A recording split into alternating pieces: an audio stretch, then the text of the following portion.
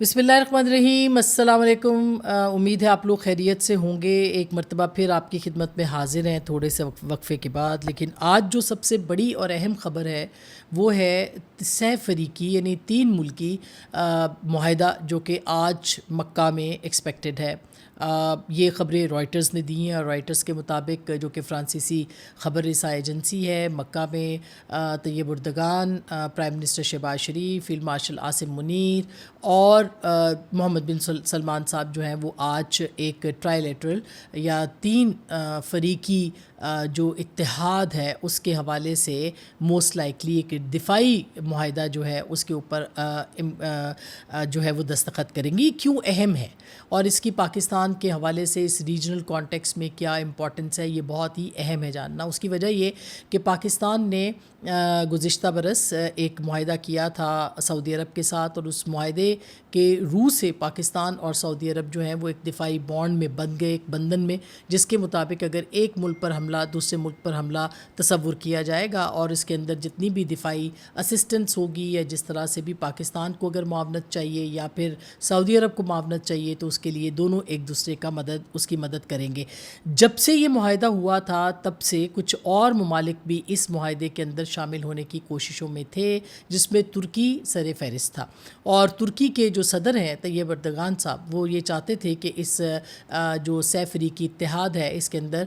Turkey جو ہے وہ باقاعدہ اس کا حصہ بن جائے، اور سعودی عرب، پاکستان اور ترکی کے بیچ ایک الائنس جو ہے وہ ایک شکل اختیار کر لے، تاکہ مل کے جتنے بھی چیلنجز ہیں ان کو جو ہے وہ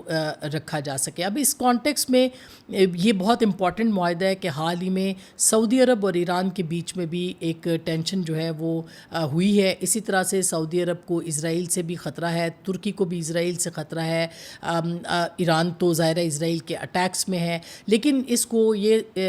اس نوعیت کے معاہدے کو بہت زیادہ اہمیت یوں دی جا رہی ہے کہ اس معاہدے کے بعد ترکی، سعودی عرب اور پاکستان جو ہیں وہ ایک دفاعی بندھن میں بن جائیں گے، اور ایک دوسرے کی جو دفاعی ضروریات ہے اس کا بھی خیال رکھیں گے۔ یہ کس کے خلاف ہوگا یہ اتحاد؟ یہ اس کے لیے پاکستان یا سعودی عرب یا ترکی سے کوئی گائیڈ لائن یا کوئی جو تفصیلات ہیں وہ سامنے نہیں آئی ہیں۔ اس معاہدے کی نوعیت کیا ہوگی، اس معاہدے تینوں ملکوں کے بیچ میں کون بڑا خطرہ، کس بڑے خطرے کا مقابلہ کرنا ہوگا، اس حوالے سے بھی ابھی تک کوئی تفصیلات سامنے نہیں آئی۔ تاہم جو دنیا بھر میں بات ہو رہی ہے وہ یہ ہے کہ اس کا جو بڑا ٹارگٹ ہے وہ یہ ہوگا کہ اسرائیل کی طرف سے جو ہے اگر کوئی اٹیک ہوتا ہے تو اس کے لیے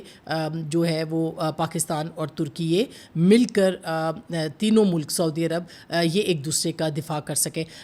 یاد رہے کہ اس کانٹیکس میں اگر دیکھا جائے تو ایران کے ساتھ اگر سعودی عرب کی ٹینشن ہے جو کہ بڑی ہے گزشتہ کچھ عرصے میں، جبکہ جو کہ اٹیکس ایران کی طرف سے امریکی بیسس کے اوپر جو کہ سعودی عرب میں موجود ہیں اس کے اوپر رد عمل کے طور پر ایران نے وہاں پہ کچھ اٹیکس کیے تھے، اور اس کے بعد حوثیز جو ہیں یعنی حوثیوں کی طرف سے جو بار بار اٹیکس ہو رہے ہیں سعودی عرب کے اوپر، وہ بھی ایک طرح سے دیکھا جائے تو اس کے حوالے سے بھی کنسرنس سعودی عرب کے جو ہیں وہ کافی زیادہ بڑے ہوئے نظر آتے ہیں۔ تو اب یہ معاہدہ کتنا اہم ہے اور اس کی اہمیت کتنی ہے، اس کے اوپر اب پوری دنیا کی جو اہم ادارے ہیں وہ لکھ رہے ہیں۔ پاکستان کے وزیر اعظم شہباز شریف اور فیلڈ مارشل کل جو ہیں وہ سعودی عرب پہنچے ہیں، اور تینوں ملک جو ہیں وہ ایک کہا جا رہا ہے کہ معاہدے پر دستخط کریں گے۔ اور اسی طرح سے جو AFP کو معلومات فراہم کی گئی ہیں اس میں سعودی عرب کے قریبی ذرائع نے تصدیق کی ہے کہ اس معاہدے پر جمعے کے روز جو ہے وہ دستخط ہوں گے۔ کچھ لوگ جدہ کی بھی خبر دے رہے تھے، AFP جدہ کی دے رہا تھا، لیکن مکہ کی خبر بھی جو ہے وہ رائٹرز نے کچھ دیر پہلے جو ہے وہ دی ہے۔ اسی طرح سے سعودی عرب کے قریبی ذریعے نے کہا ہے کہ اس معاہدے پر طویل عرصے سے بات چیت جاری تھی، تاہم خطے میں حالیہ پیش رفت نے اس کو عمل کو تیز کر دیا ہے۔ اسی طرح سے سرکاری سطح پر اس حوالے سے کوئی باضابطہ اعلان سامنے نہیں آیا، تاہم پاکستان کے دفتر خارجہ نے وزیر اعظم شہباز شریف کے 6 سے 8 اگست تک سعودی عرب کے سرکاری دورے کی تصدیق کرتے ہوئے کہا تھا کہ ان کے ہمراہ ایک اعلیٰ سطح کا وفد بھی ہوگا، جس میں نائب وزیر اعظم، وزیر خارجہ، فیلڈ مارشل جو ہیں وہ اس کے اندر ہوں گے، اور کچھ وفاقی وزراء بھی اس کا حصہ ہے۔ اس میں سعودی ولی عہد اور وزیر اعظم شہزادہ محمد بن سلمان سے ملاقات میں جو دونوں اطراف کے جو اہم معاملات ہیں ان کے اوپر بھی ڈسکشن جو ہے وہ کیا جائے گا. یاد رہے کہ پاکستان نے آلریڈی ڈیفرڈ پیمنٹ کے اوپر جو ہے وہ درخواست کر رکھی ہے سعودی عرب کے ساتھ کہ ان کو تیل کی فراہمی جو ہے وہ کی جائے گی, اور تقریباً کوئی 5 ارب سے 10 ارب کے بیچ میں جو ہے ڈالر کے بیچ میں یہ کچھ پاکستان کی طرف سے جو ہے وہ کہا گیا تھا کہ اس طرح کے معاملات جو ہیں وہ معاشی طور پر وہ سعودی عرب دیکھے. اسی طرح سے بیان میں یہ بھی کہا گیا کہ یہ دورہ خلیجی خطے میں بڑھتی کشیدگی کے پس منظر میں ہو رہا ہے, تاہم اس کا مقصد دو طرفہ تعلقات, تصویراتی تعاون اور علاقائی بین الاقوامی معاملات پر رابطہ کاری کو مزید مضبوط بنانا ہے. خیال رہے کہ وزیر اعظم شہباز شریف اور فیلڈ مارشل عاصم منیر پہلے ہی سعودی عرب میں موجود ہیں, جبکہ ترکی کی جانب سے جو رجب طیب اردوغان ہیں وہ 7 اگست کو سرکاری شیڈول میں ان کے سعودی عرب کے 1 روزے کا دورے کا اعلان جو ہے وہ کیا گیا. اچھا, اب یہ جو لاسٹ ایئر ستمبر میں پاکستان اور سعودی عرب کے بیچ میں معاہدہ ہوا تھا, اس میں تعاون اور سلامتی کے اور باہمی دفاع کا ایک اسٹریٹجک معاہدہ ہوا تھا, جو کہ میں نے پہلے آپ کو بتایا کہ ایک پر حملہ دوسرے پہ حملہ تصور کیا جائے گا. لیکن کیا اب اس کے اندر ترکی بھی شامل ہو جائے گا اور بیرونی جارحیت سے کے لیے مل کر تینوں جو ہے وہ دفاع کریں گے؟ اس کے بھی خد و خال جو ہیں اس معاہدے کے وہ آج جاری ہوں گے یا نہیں, اس کے اوپر بھی بہت ڈبیٹ جو ہے وہ چل رہی ہے. اسی طرح سے ترکی اور سعودی عرب کے تعلقات بھی درست نہیں تھے, اچھے نہیں تھے. جو جمال خاشقجی جو ایک جرنلسٹ تھے, ان کی ترکی میں جو ہلاکت تھی اس کے بعد سے ترکی اور سعودی عرب کے بیچ کافی معاملات خراب ہوئے تھے. لیکن اب یہ جو سرد مہری ہے یہ ایک گرم جوشی میں جو ہے وہ بدل رہی ہے, اور ترکی جو ہے وہ پاکستان اور سعودی عرب کے درمیان اس معاہدے کا حصہ بننا چاہتا ہے, اور اس کی اہمیت اس پورے ریجنل کانٹیکس میں بہت زیادہ بنتی ہے. یہ بھی میں آپ کو بتا دوں کہ اس وقت جو ہے وہ پاکستان کی جو دفاعی قوت ہے, یعنی پاکستان کی جو ایک جوہری قوت ہے وہ, اور سعودی عرب کے پاس جو ایک معاشی قوت ہے وہ, اور ٹرکی کے پاس دفاعی قوت جو ہے وہ موجود ہے. خاص کر کے جو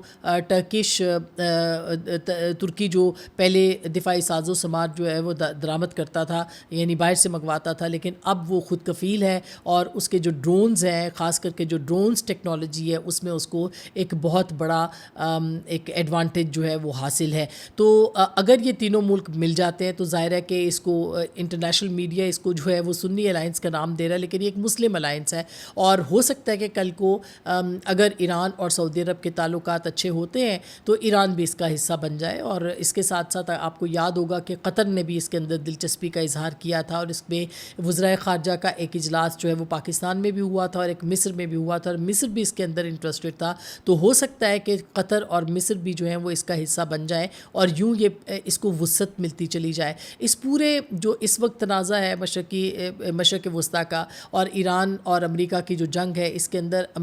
سعودی عرب کے بھی بہت سے کنسرنس ہیں, لیکن اس کے ساتھ ساتھ سعودی عرب کے کو دفاعی ضروریات بھی ان کی جو ہے ان کی پوری ہونی ہے. اور یہ جو سٹرکچر سیکورٹی سٹرکچر ہے اب یہ ریجنل سٹرکچر کی طرف جا رہا ہے, اور اس میں کہا جا رہا ہے کہ پاکستان کا بہت ہی اہم کردار جو ہے وہ ہو سکتا ہے سیکورٹی پرووائڈر کے طور پر اور نیٹ سیکورٹی پرووائڈر کے طور پر. اور اسی طرح سے یعنی دفاعی ضروریات کے حوالے سے یاد رہے کہ کویت کے ساتھ بھی پاکستان کے درمیان ایک معاہدے کے حوالے سے بات آ رہی ہے, جس میں کہ صرف ٹریننگ یا تربیت جو ہے وہ شامل ہے. ابھی اس میں دو طرفہ دفاعی تعاون جو ہے وہ اس کے اندر شامل نہیں ہے, لیکن صرف پاکستان جو ہے وہاں پہ ٹریننگ کا بندوبست کر رہا ہے. تو پاکستان کے لیے ایک بڑی اپرچونٹی ضرور بن سکتی ہے اس جیسے جیسے یہ جنگ جو ہے وہ اپنے اختتام کی طرف جائے گی, جس کے کہ اب اشارے مل رہے ہیں. اور یہ یاد رہے کہ سعودی عرب ایران جو ہے اس نے امریکہ نے اس کے اوپر جو حملے بند کرنے کا اعلان کیا ہے, اس میں مختلف ریزنز ہیں. اس میں ایک بہت بڑی ریزن ان کے پاس اسلحے کی کمی ہے اور وہ وقت چاہتے ہیں. اسی طرح سے ایران کے اندر بھی ایک مرتبہ پھر مذاکرات کی بات جو ہے وہ امریکہ کے ساتھ ہو رہی ہے. آبنائے ہرمز کے اوپر جو ہے وہ عمان اور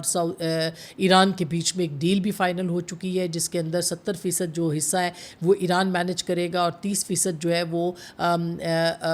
عمان جو ہے وہ اس کو کرے گا، مینیج کرے گا، اور ابھی تک اس کے اوپر ٹول کا جو ہے وہ فیصلہ نہیں کیا گیا. ہو سکتا ہے کہ 60 دن کا ایک دوبارہ یہ معاہدہ ریوائیو ہو جائے کہ 60 دن کے لیے جو ہے وہ ٹول اس کے اوپر نہیں وصول کیا جائے گا اور اس دوران جو ہے وہ جنگ ختم کی جائے. لیکن ظاہر ہے کہ اس پورے معاملے کے اندر جو ہے وہ ایک پورے ریجنل سیکیورٹی کو اگر فوکس کیا جائے تو پاکستان کا کردار بہت ہی اہم ہو کے ابھرا ہے. اب اس کا پاکستان کو فائدہ کیا ہوگا؟ پاکستان کو فائدہ ہونا چاہیے. اس کی وجہ یہ کہ پاکستان نے اس سے پہلے بھی جتنی بھی جنگیں لڑی یا جنگوں کے اندر حصہ بنا، یہ وار آن ٹیرر کا حصہ بنا، یا اس میں پاکستان نے کوئی معاشی فائدہ جو ہے وہ نہیں اٹھایا. اب پاکستان کو چاہیے کہ امریکہ ہو یا سعودی عرب ہو یا خلیجی ممالک ہوں، پاکستان ان سے جو ہے وہ معاشی فائدہ لے، اور اس کے ساتھ ساتھ لیکن اس کا مطلب یہ نہیں ہونا چاہیے کہ پاکستان کسی غیر کی جنگ میں جو ہے وہ کود پڑے اور ایسے معاہدے بھی کرے جس سے کہ آپ اپنی جو سلامتی ہے یا اپنے جو عوام کی ایک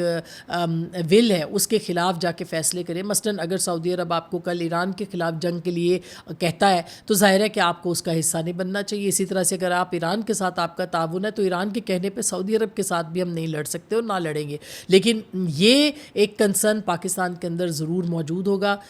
پچھلے دفاعی معاہدے کی تفصیلات بھی پارلیمنٹ کے اندر پیش نہیں ہوئی تھی. یہ جو معاہدہ ہے اس کی دفاع اگر ہوتا ہے تو ظاہر ہے کہ اس کی کیا شقیں ہیں، اس کے اندر کیا پاکستان کی آبلیگیشنز ہیں، پاکستان کو کیا کرنا ہے،